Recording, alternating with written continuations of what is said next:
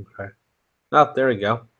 All right, folks, welcome to the first ever live streaming event. I think this is our first ever live streaming event on the American Watchman YouTube channel uh, in its entirety. And furthermore, we would like to thank you for joining us for the first ever debate post show for the 2016 election. I'm Sam Whitfield, and here with me is my co-founder and editor at large, Adam Hill, and he and I will be talking about the debate. So, Adam, how are you doing tonight, sir? Well, I'm doing pretty good. Yeah. Let's just talk about the debate. Well, I'll let you know how I feel in the conversation. Yeah, let's just jump in. We might as well. It's not too formal here. Um, I guess I'll let you go first. What were you expecting going into the debate beforehand? I was kind of expecting Donald Trump to be a little bit more articulate than he was in the primary debates, and I was kind of expecting him to completely go on the offensive with the gloves off. That was my expectation. And do you think he delivered on that, or I mean, that's kind of a whole topic in and of itself. But um, what do you think of Trump's debate overall? Overall, if I were to give this a 5-star rating, as in 5 stars being he did everything I wanted him to do, I'd probably give this a 2.5 to 3 stars. He didn't go on the offense as much as I'd like him to. He was way too soft. Even a couple points, he actually said he agreed with Hillary, which is something you don't do in an actual debate because that gives the other person the upper hand. Right. I did a pre-debate Periscope of a couple hours ago before the debate started. One thing that I predicted was that Trump was going to come off a lot more calm and collected in the beginning of the debate, which I think he did. Um, I was kind of surprised more towards the end. It seemed to me like Hillary kind of rattled him a little bit, and rather than kind of um, counterattacking, he just really kind of seemed to kind of swing blindly at her and um, and not really clarify his positions all that much. Um, and I think the thing that really kind of hurt Trump, and I think Josh and Gabe and you and I were all in a chat room together, and I know you guys disagreed with me on this, but I think the Bertha thing really kind of hurt him when it did. Yeah, I agree with both of you guys on that because the way he handled the Burgers thing hurt him. However, if he like, I mean, it's a well known fact that Hillary Clinton herself in 2008 started the birther campaign and the birther movement. Trump Right, Trump didn't really mention anything of that. right, yeah, and you brought up the point in the chat, which I thought was great. Why didn't he bring that point up in the debate? And honestly, that's a good question. Um, I think there were so many things, as you pointed out in the chat, that he could have gotten Hillary on. Um, I mean, the basket of deplorables, the what difference does it make? There were so many things that he could have called her on. He did call her on the super predator thing, which I was glad to, that he called her out on that. But really, that was the only thing that he used against her in terms of that. And um, I don't know. I was just really kind of surprised. I would have thought he would have fought back more than he did. Um, Yeah, he definitely played a more a pacifist role in this debate. I mean, like, I'm sure he brought up the emails once, but I'm like, I mean, the whole email scandal alone proves. I mean, like, Hillary Clinton didn't know that the letter C meant confidential. If you don't know how to handle email, how are you going to handle running a country? Maybe, I mean, if you would have said something like that, man, that would have been a 1-2 punch right there. yeah. Um, and I think,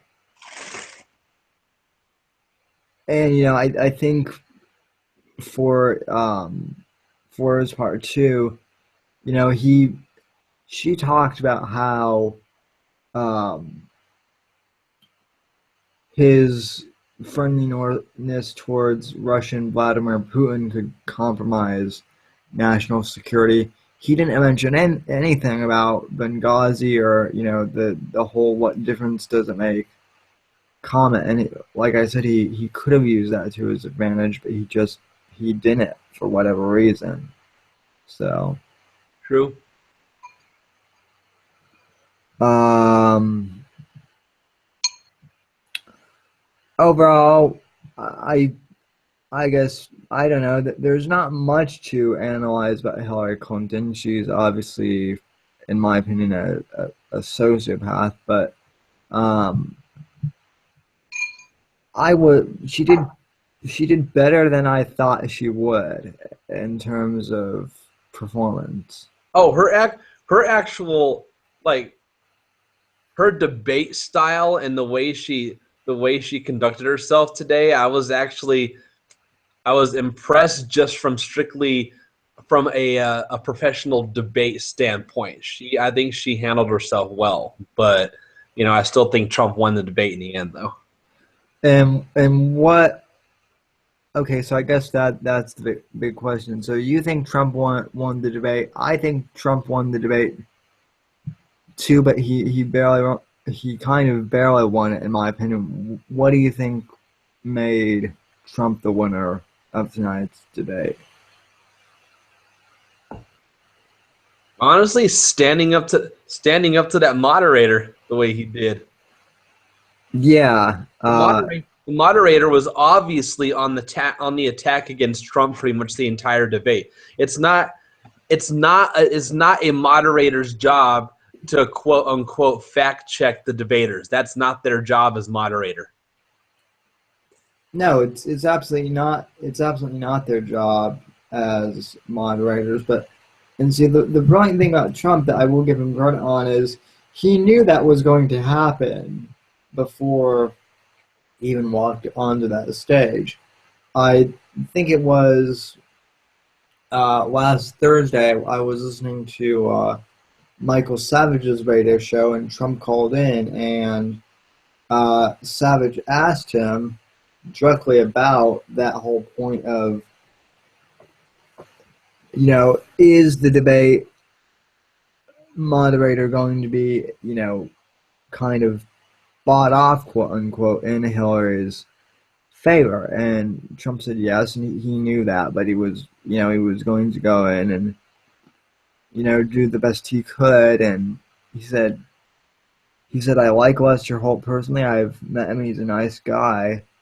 But, I also know that he's, in Trump's camp. And that is something that I think that Trump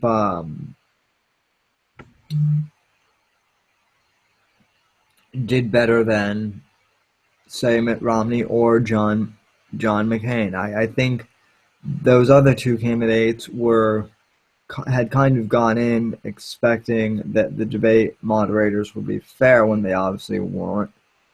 Mm. And that's really kind of where I have to give Trump major credit is he kind of read the scorecard before the debate. He knew what he was up against. And yeah, he made a couple of, you know, I think he made a couple of mistakes, but overall, I think he handled himself very well. It'll be very interesting to see what the public, thinks about this debate in the next couple of days, because right now it really depends on which outlet you go to and whatnot. NBC, who that's where I was watching the debate. They obviously were making it sound like Trump lost the debate and that he was out of control.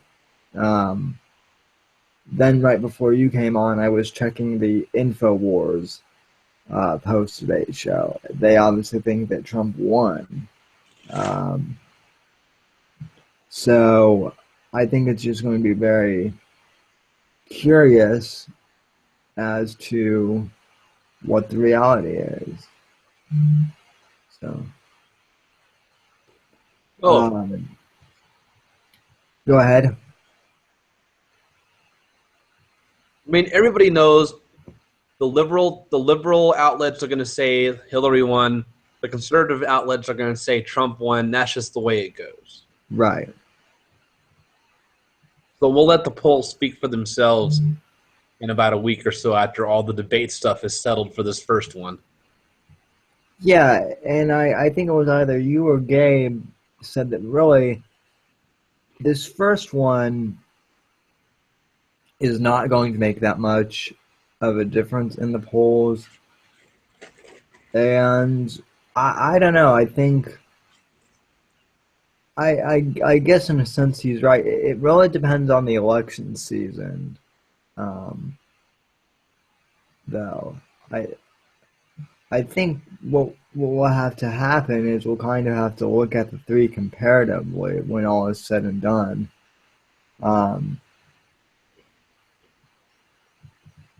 So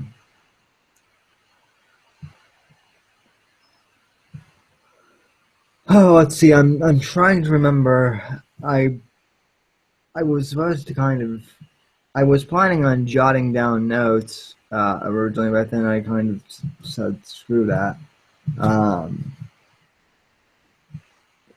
Was there anything that surprised you in the debate? Anything that kind of caught you off guard? Well, I mean, the gun control discussion, where Trump basically came out and supported stop and frisk, and he also supported the no-fly, no-buy, and everybody knows there's absolutely no due process when it comes to the no-fly list. Completely unconstitutional, and that's like one of the biggest things that surprised me about Trump, because he's always said he's been pro-gun, endorsed by the NRA. Then he comes out in favor of an extremely anti-gun measure. Now the no-fly list. I'm not. I have to admit, that's the one part of national security where I'm not super familiar with. So would you mind kind of explaining what that whole thing was about? Basically, the no-fly list is a list of a bunch of people who are under suspicion of possibly being linked to terrorism in some way. There's no proof. There's no court. There's no due process. The government can put anybody on the no-fly list for any reason, without probable cause, without proof, without evidence. And once you're on the list, they don't have to tell. Number one, they don't have to tell you how you got on the list. Number two, they don't have to tell you how you get off the list. So once you're on the list, the burden of proof falls on you, the person that is now on this no-fly list, which again goes against due process, because due process states innocent till proven guilty. No-fly list is guilty till proven innocent. And that's for American citizens, right? That because like I guess kind of from what I've heard, and maybe I'm uneducated on this But the way it was kind of explained to me, the whole no-fly list thing was to prevent uh, people from sneaking into the country and then hijacking planes to conduct terrorist I mean, attacks. And sure, those people can get put on the no-fly list, but no, the no-fly list is to keep people in America who are under suspicion of being terrorists from flying. And just think about this. Recently, I'll tell you two stories. One of them, I don't remember the congressman's name, but there is a congressman whose name popped up on the no-fly list. Granted, I don't remember what party he was, but as good or bad as he is, I doubt that congressman was an actual terrorist. But he was on a no-fly list. These parents went to go on a vacation to go fly, and they had a 4-year-old son. Well, it turns out they weren't able to take that flight because their 4-year-old son was somehow on the terror watch list. So because their son was on the watch list, they were unable to fly. The watch list goes mainly based off of names. So if you happen to have the same name as a terrorist or a potential terrorist, there is a chance that you could mistakenly be put on the no-fly list. And again, once you're on the list, they don't have to tell you why you're on the list, and they don't have to tell you how to get off the list. so it doesn't even have to be anything. So it's just strictly based off names. Then it doesn't have to be anything like, hey, we know that you're involved with a mosque, and this mosque may be linked to Al Qaeda. It's strictly based off, well, you may have the same name as a terrorist, or is that kind of the gist of? They do use other methods to put people on the list. It's not only names, but there have been so many people mistakenly put on the list. And here's the thing, I've even known some Republicans that support the no fly no buy clause in this thing. So think about this.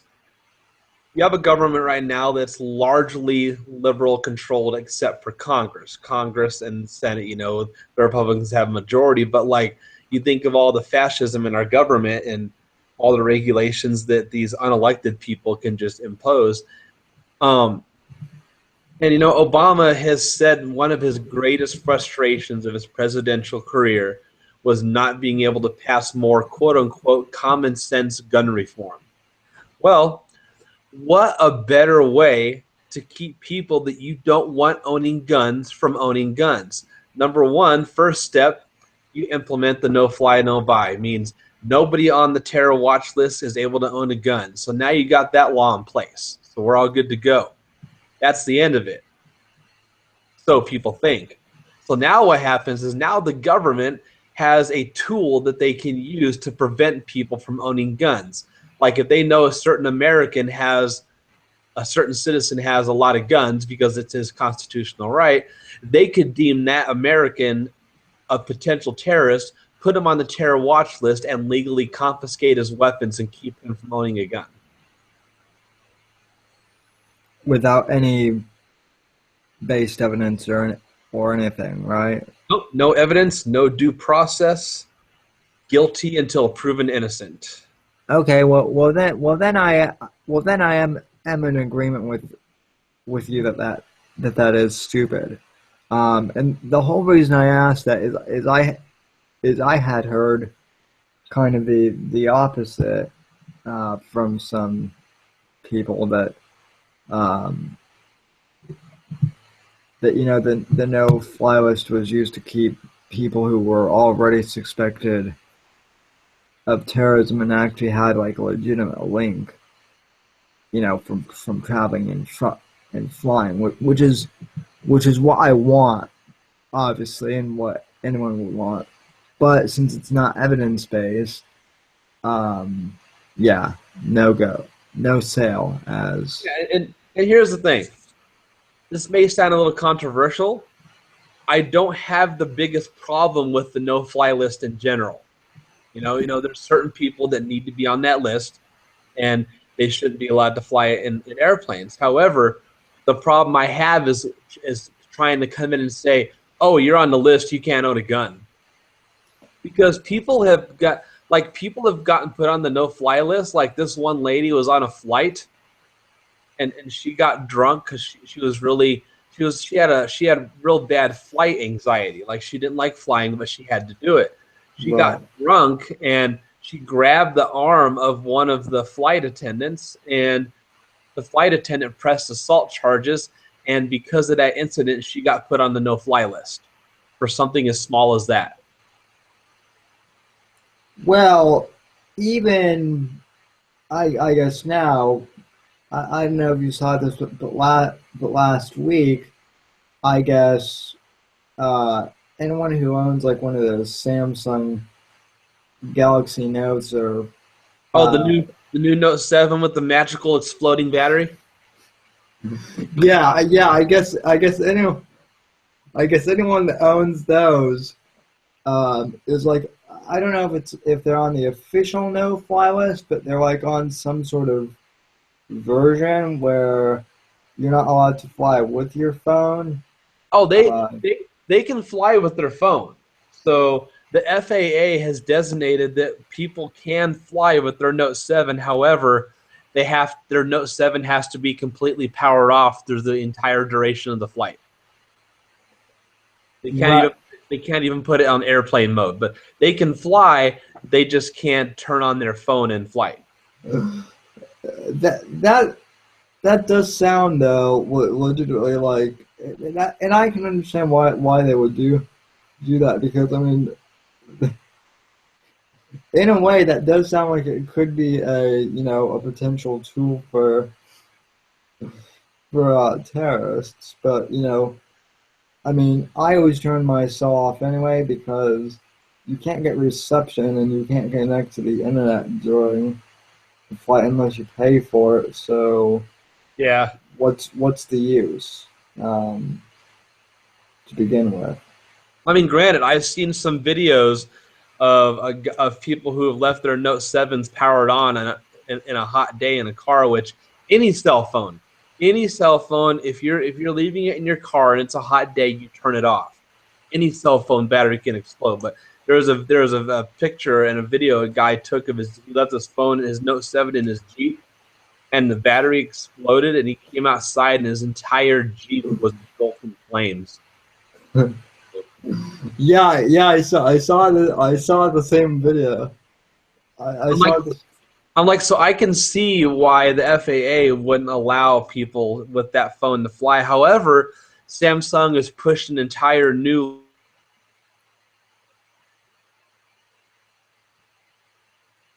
ones that are safe from that problem because they've basically recalled all the phones, and they're re-releasing the safe version. So I'm glad they took responsibility for that. But yeah, that's kind of on another little bunny trail. But yeah. Right, but I mean, my whole point is, theoretically, from what you're saying, someone could go on the no fly list for owning a defunct, Samsung Note, Yeah. which is incredibly stupid. So in terms of future debates, anything that you would like to see in the future? Any predictions at this time? I would like to see Trump a little bit more articulate, and I would like to see Trump. I would love to see him not only take his gloves off, but to be able to exploit every opportunity he can, because he certainly did not do that in this debate. There were so many opportunities that Hillary left open for him to just jump right in there and go on the offensive, but he chose not to exploit those. And I hope I see that in the future. Right. I would agree. Um, I would have also liked for him to maybe in this debate, and I hope he'll do this in the future, because in regards to the whole birther comment, kind of going back to that. I said this in the chat group that you and I were part of, but no one I know in the Republican or Democrat Party on either side at this point really gives a crap about the birther thing. It's a dead issue. So if I were Trump, I would have said, and I was a bit surprised that he didn't do this. I would have said, Lester, what does the birther issue have to do with anything going on today in 2016? That issue was an issue when I was a sophomore in high school, when I was 15, 16 years old, okay, back in 2010 or whenever. I'm 21 now. It's been a couple of years. No one really cares about it as far as I can tell. And the fact that Trump didn't, really didn't dismiss it outright, instead kind of doubled down on it, was kind of stupid. Yeah. Like he did say, I want to move on from it, but that was all he had to say. He didn't have to say. He didn't have to say. He didn't have to double down on it. All I had to say was, I'm not here to talk about it. So, and I'm hoping that, and I mean, same thing with the beauty pageant thing. I mean, that was such a non-comment too, and that is one thing that does concern me is Hillary has now shown that she can essentially bring up non-issues to kind of trigger Donald and get him riled up, and I'm hoping in the future Kellyanne Conway will kind of prep him, to just ignore some of the more inane comments and whatnot. So, Well, I mean, honestly, the whole pageant thing, in my opinion, that was extremely immature of Hillary. How she was basically saying, well, Trump called people ugly. It's like trying to get the attention off of her back onto him again. right. I mean, and it kind of came out.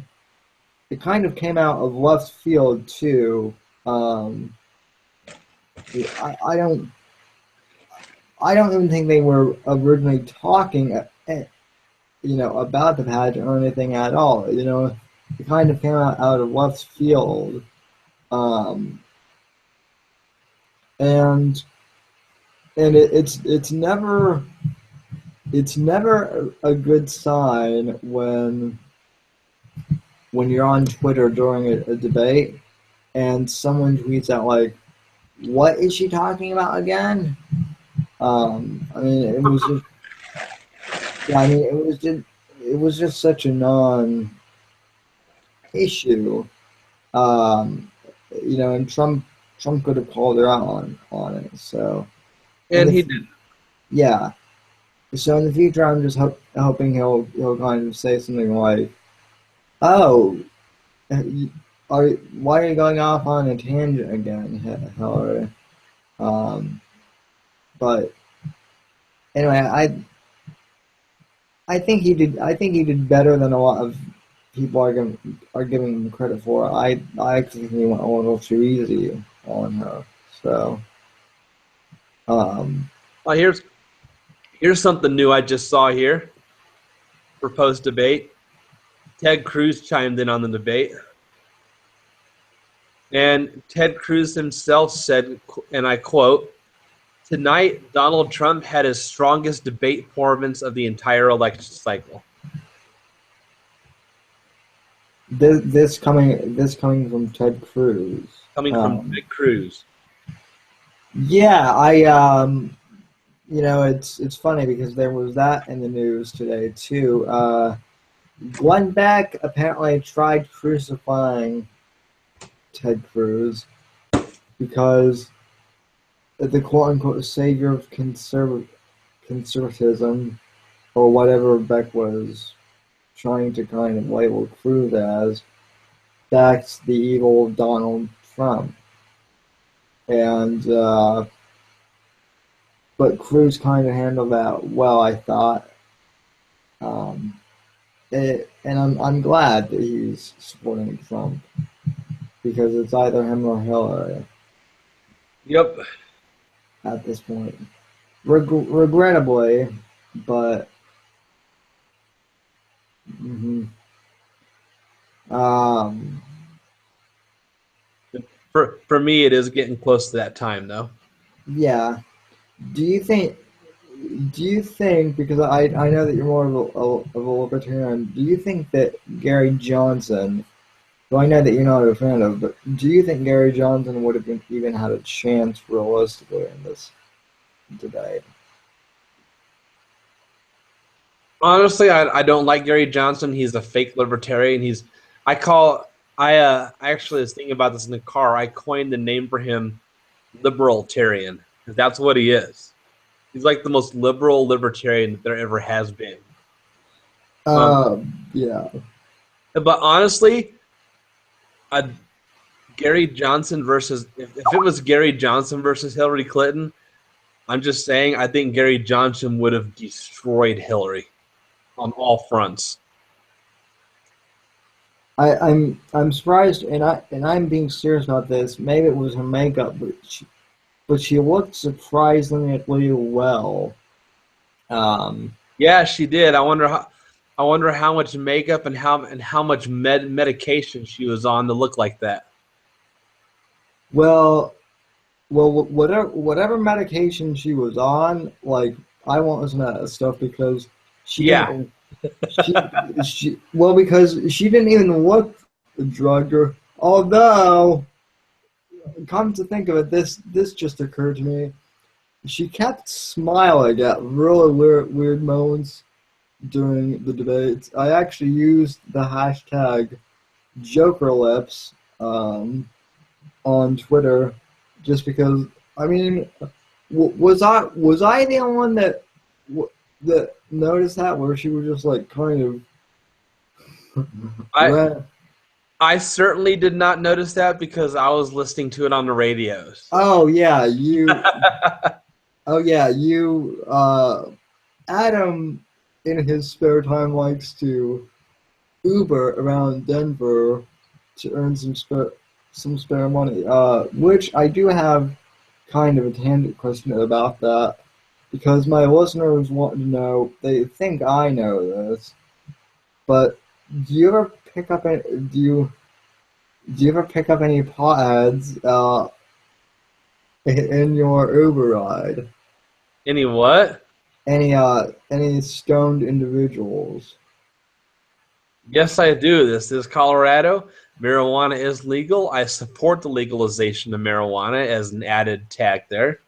But I have had a couple stoned individuals, and honestly, those are my favorite passengers because they don't really do anything. They're usually laid back and chill, and either don't talk or they talk really slow, and I don't mind that. And I'm like, okay, this is cool. It's a cool Uber trip. They don't really annoy you at all. No, not at all. So yeah, because one of them was like, well, some stoners they vomit, they vomit in cars, and I'm like, I think those are the drunks. I don't think that those are the stoners. Yeah, yeah. You're more likely to have a drunk throw up in your car than you are to have a stoner throw up in your car. Yeah. And anyway, though, getting kind of back on topic, we took that brief detour. So, regarding the VP debate, what do you think is going to happen there? I honestly don't know very much about either of the VP candidates. Honestly, I'm I'm looking more forward to the VP debate than I did for this debate tonight. Honestly, I think Mike Pence is going to destroy Tim Kaine. Well, the thing about Tim Kaine is I've mentioned his name a couple times, just to people on my campus. People still have no idea who he is. You mentioned Tim Kaine. Who is he? Yeah, I know him being I know him very well being a Virginia resident for the last up for 7 years up until December. So I'm very familiar with Tim Kaine. Oh well. You are, but the rest of America didn't really know him. So, I think Mike Pence has had a little bit more clout in those circles. So, Yeah. so you're excited for the VP debate. Do you think Tim Kaine has any chance of winning or performing well? Or it sounded like you said that Pence would destroy him.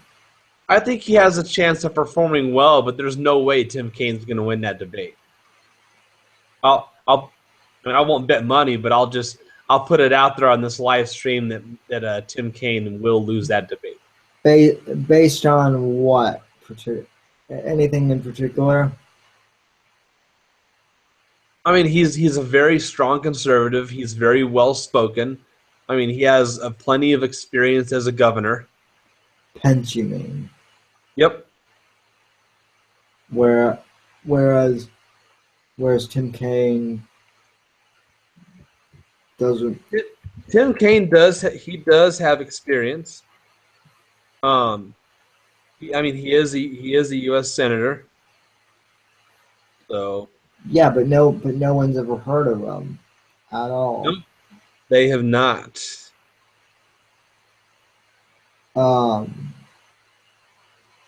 Honestly, he kind of seems out of it a lot too. Yeah, he kind of is.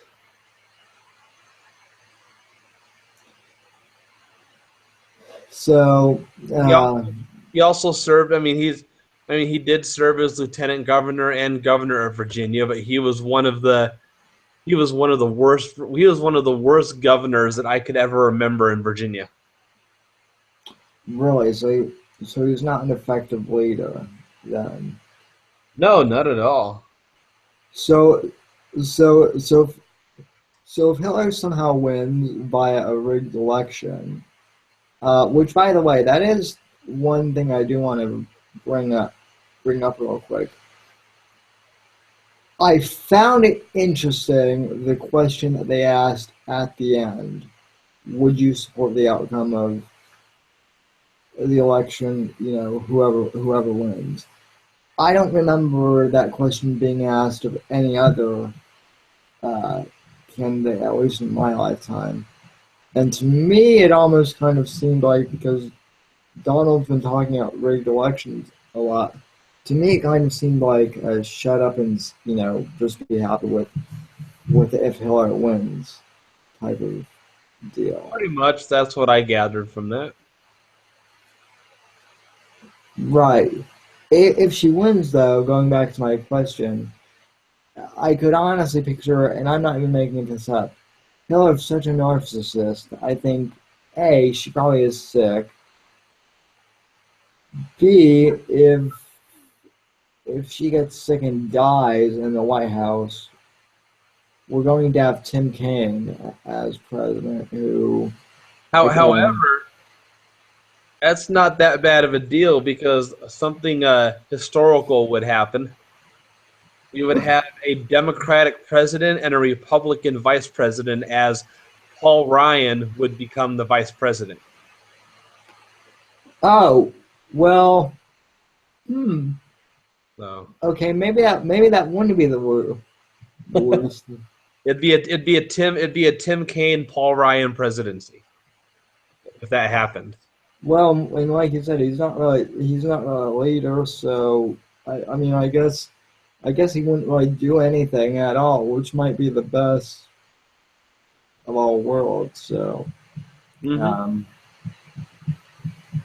Anyway, though, Adam, unless you have any final comments, I think we've pretty much talked all we can about the debate for right now. Any final thoughts?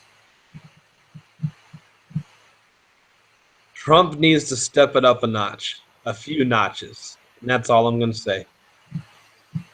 I would agree. I think he needs to step it up a couple notch, and I think he needs to watch out uh, for non comments made by Hillary. Um, but overall, I thought for the first debate he did well. So, all right, folks. Well, this does it for the first post-show debate. It was kind of unscripted, and it was just the two of us. Hopefully, we'll plan this a little bit better so that we'll have the whole entire tutorial team here next time. But for right now, it's just Adam and I, and so we're gonna sign off here from American Watchmen. Have a good night, and God bless.